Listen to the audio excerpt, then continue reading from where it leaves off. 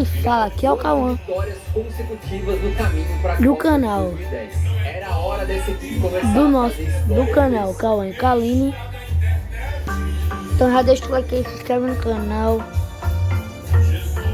E aí, amigo, Copa de 2010. Olha, tá E pra também nascer uma Copa com um clima mais gostoso do que ativa o aquela, sininho. né? Festa pra todo lado, a melhor música de Copa. E essa é a parte 2 do último vídeo que eu lancei, que foi jogando essa Copa aqui do Minecraft Craftman. Chile, Honduras e Suíça. Em teoria é fácil. Só que lembra daquela história de fracasso em competições grandes? A Espanha volta a flertar com o absurdo. Porque no jogo de abertura perde para a Suíça por 1-0.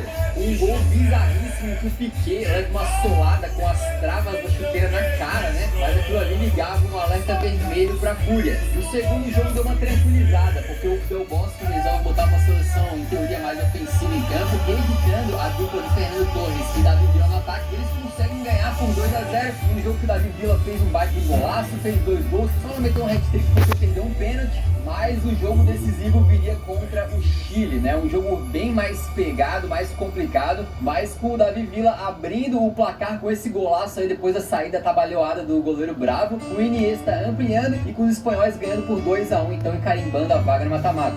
Nas oitavas, a Espanha encarava Portugal de Cristiano Ronaldo, em mais uma partida em que eles conseguiam dominar, mas estavam com dificuldade de fazer gols. Mas adivinha, Davi Villa, claro, deixou dele como esse cara foi decisivo, mano, inacreditável, né? 1-0 para a Espanha, carimbada a vaga para as quartas de final. O jogo das quartas era contra o Paraguai, então o mais desavisado pensava, pô, a Espanha já tá nas semis, mas acabou sendo um dos jogos mais difíceis de toda a Copa, contra o Paraguai, exatamente. A gente vai explicar, os paraguaios assustaram logo no começo do jogo, abrindo o placar num gol que foi anulado, e depois do primeiro tempo foi aquela coisa sem muitas chances claras para nenhum dos dois lados. Só que no segundo tempo, meu amigo, o Piqué faz falta dentro do Cardoso, dentro da área, e é pênalti pro Chile. Copa do Mundo, mata-mata, jogo único, um pênalti pode te eliminar. Nessa hora, lembra aquela história de apagão da seleção espanhola? Lembra aquela história de fracasso em grandes competições? Esse filme começava a passar na cabeça dos torcedores espanhóis. O Cardoso pega a bola e se prepara para a cobrança. E aí a gente lembra, em 2008, naquela Eurocopa, contra a Itália, brilhou a estrela de Casillas defendendo pênaltis. E nesse jogo contra o Paraguai, a coisa se repete. Casillas faz uma das defesas mais importantes da sua carreira, pega o pênalti, mantém o jogo 0-0. E aí a Espanha, com a moral elevada, vai pra cima da Villa na área, cai pênalti, né? O Xabi Alonso vai pra bola, marca o gol. Mas uma decisão bastante controversa, o árbitro manda voltar por invasão de área. E na segunda batida, então, o goleiro Pilar defende, né? Os caras foram do inferno ao céu, do céu ao inferno, rapidamente, e o jogo pegava fogo. Só que se a Espanha precisa de um gol, precisa de alguém decisivo, quem é que aparece? Sempre ele, Davi Villa. Depois de uma jogadaça do Iniesta, o Davi Villa acaba recebendo nos seus pés, de presente, né? Como se ele tivesse predestinado a fazer aquele gol, praticamente sem goleiro, uma bola que o Pedro tinha chutado na trave, abrindo o placar num jogo em que a Espanha não foi bem, mas que aos trancos e barrancos conseguiu a classificação para as semifinais, algo que não acontecia desde 1950. Só que nas semis, de novo, a Alemanha pela frente, que seria um desafio ainda mais complicado, porque a Alemanha vinha numa crescente. Se a Espanha estava conseguindo avançar de forma muito difícil, né, penando totalmente ali, a Alemanha era o contrário. Eles tinham metido 4-1 na Inglaterra e depois demolido a Argentina por 4-0, né, com o close de Müller fazendo gol a rodo. Mas o ataque incrível dos alemães ficou apenas no papel, né? A Espanha conseguiu controlar o jogo, não deixou a Alemanha atacar como gostaria, mas como foi em outros jogos também, a Espanha teve dificuldade em marcar o seu gol, até que aos 28 minutos do segundo tempo aparece quem para decidir o negócio dos espanhóis. Não foi Davi Villa, dessa vez o zagueirão Puyol, que nem é muito alto para zagueiro, hein? Pula ali mais que todo mundo, mete um míssil de cabeça para fazer Espanha 1, Alemanha 0. Num fato que assim, cara, tu pode reparar que várias histórias de times campeões, em algum momento, tem algum jogador que ninguém esperava, que vai lá e decide um jogo muito difícil. E dessa vez não foi diferente. A Espanha mais uma vez não vencia no seu estilo peculiar, dominando assim de forma absurda, estraçalhando o adversário. Não, a Espanha chegou na final daquela Copa arrancando vitórias com os dentes. Chegava então para aquele dia 11 de julho de 2010, uma final que seria histórica, porque as finalistas eram Holanda e Espanha, duas seleções que jamais tinham sido campeãs mundiais. isso obviamente seria quebrado naquele dia. Então o confronto entre a Holanda, em que a gente lembra do passado, né, da laranja mecânica, de Cruyff e Rinus Michels, contra o tic-tac da seleção espanhola. Certamente vai ser um jogaço, né? Não exatamente. Foi a maior porradaria, meu amigo. Foram 14 cartões da partida, né? Com a Holanda tomando 9 amarelos, parando a Espanha do único jeito que dava. Que foi na porrada mesmo, tá? Inclusive com esse lance do De Jong, que acabou virando uma cena memorável pra todo mundo, que ele vai pro pé, cara, Então, no tem que fazer peito do isso. Xabi Alonso e não é expulso. Juizão, é futebol ou Street Fighter, rapaz? Se tivesse VAR na época, certamente o De Jong teria sido expulso. Não tinha, ficou em campo. Fora a treta generalizada, esse jogo também teve, por exemplo, o Robin saindo cara a cara com o Casillas, um gol que se ele faz, provavelmente daria o título pra Holanda e eternizaria o carequinha pra sempre, mas ninguém conseguiu marcar. O jogo foi pra prorrogação e tava com aquela carinha de pênalti, manja?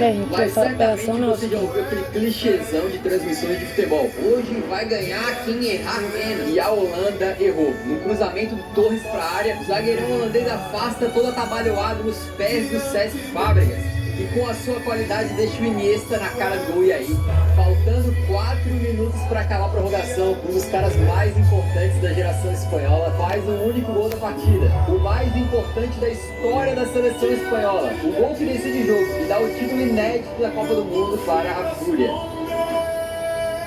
Depois de ser... Tu me conheces, mesmo antes de nascer. Dia 10/10, grandes marcas com frete grátis nas lojas da Shopee Oficial. É no dia 10/10, olha na Shopee.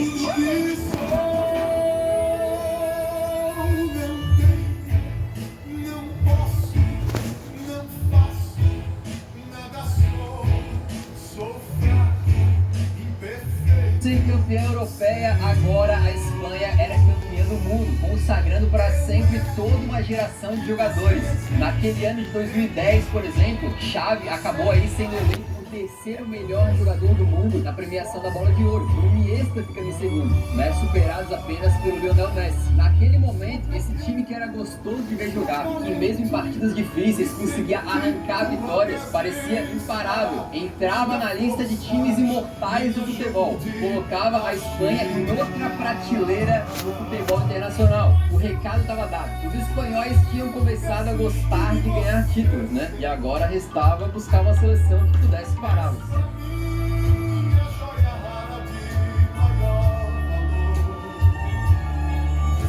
Se tinham duvidado da Espanha antes da Euro 2008 e depois antes da Copa de 2010, agora é o contrário, né? Não tinha uma pessoa que não acreditasse no poder dessa seleção de ganhar mais uma competição. Talvez a maior pergunta era se essa seleção teria ainda motivação para chegar na Euro com vontade de ganhar, porque tinha ganhado 2 competições consecutivas e poderia não estar com aquele pique todo, mas foi o contrário, né? No caminho para a Euro 2012, a Espanha ganha os seus 8 jogos de eliminatórias, chegando para a competição mais uma vez como favoritaça, né? Vicente Del Bosque continuou como treinador da equipe, só que o Puyol se aposentou da seleção, né? E aí o Sérgio Ramos foi deslocado para a zaga para fazer a dupla com o Piqué. Nisso entra na lateral direita o Arbeloa e agora com o Jordi Alba sendo o titular na lateral esquerda. No ataque, um desfalque importantíssimo. Davi Villa, altamente decisivo nos anos anteriores de vitórias da seleção espanhola, quebrou a perna e não foi convocado. Então, para a Euro 2012, o Del Bosque fez experiências levando o Llorente e o Negredo, por exemplo.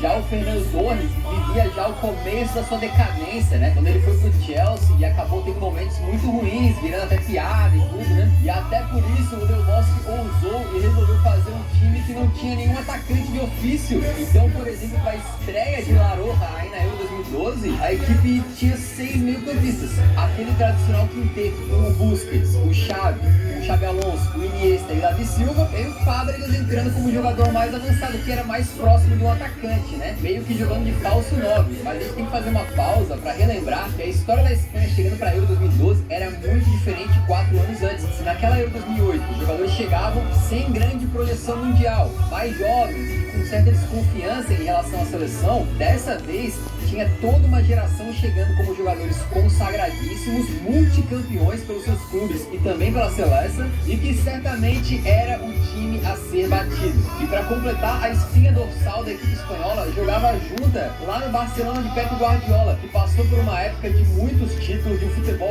muito atraente e que acabou sendo considerado aí como o maior time que o Barcelona já botou em campo, um dos maiores times da história. O esquadrão espanhol era de elite e vitorioso em todas as frentes, né? Eles chegavam para 2012, usando a expressão, né, em outro patamar. Tá quente. Um atacante em boa fase, eles foram então com meio que ser Acabei de tirar. e na fase de grupos eles empatam com a Itália em 1-1, né, guardem esse resultado, e depois contra a Irlanda do Norte, metem um sonoro 4-0 com o Torres voltando para a equipe e metendo um doblete, e depois contra a Croácia eles fecham a participação na fase de grupos com 1-0 maroto, gol do Navas. E aí foi pro mata-mata, Ok, beleza? A tá Espanha dentro nas mesmo. quartas de final pegou pela frente bem no a meu. França, que na época tinha Ribéry e Benzema, mas era uma França tentando se reconstruir depois de um vexame histórico na Copa de 2010. Eles terminaram em último na fase de grupos com apenas 1 ponto, né? E até por isso a Espanha mostrou a sua superioridade e venceu por 2-0 sem Eu ia sustos, botar com um dragão, improvável só que eu não sabia doblete onde de tá. Xabi Alonso, que naquela partida completava 100 jogos É, pela mas não. Fúria, a semifinal Quero. contra Portugal, e um dos jogos mais difíceis para a Espanha, né? E mais um clássico ibérico aí, tivemos muitas faltas, 9 cartões amarelos e nenhum gol, né? E o negócio foi para as cobranças tá no apertadas mapa de pênaltis. contigo. O cobrador oficial da seleção, que era o Xabi Só Alonso, tu, herói sozinho. das quartas de final, perde Por que essa tinha cobrança. dois coisinhas Chegou até aqui no um vídeo, nome você calão sabe, e na um hora da negócio mata da baixo? cal, a Espanha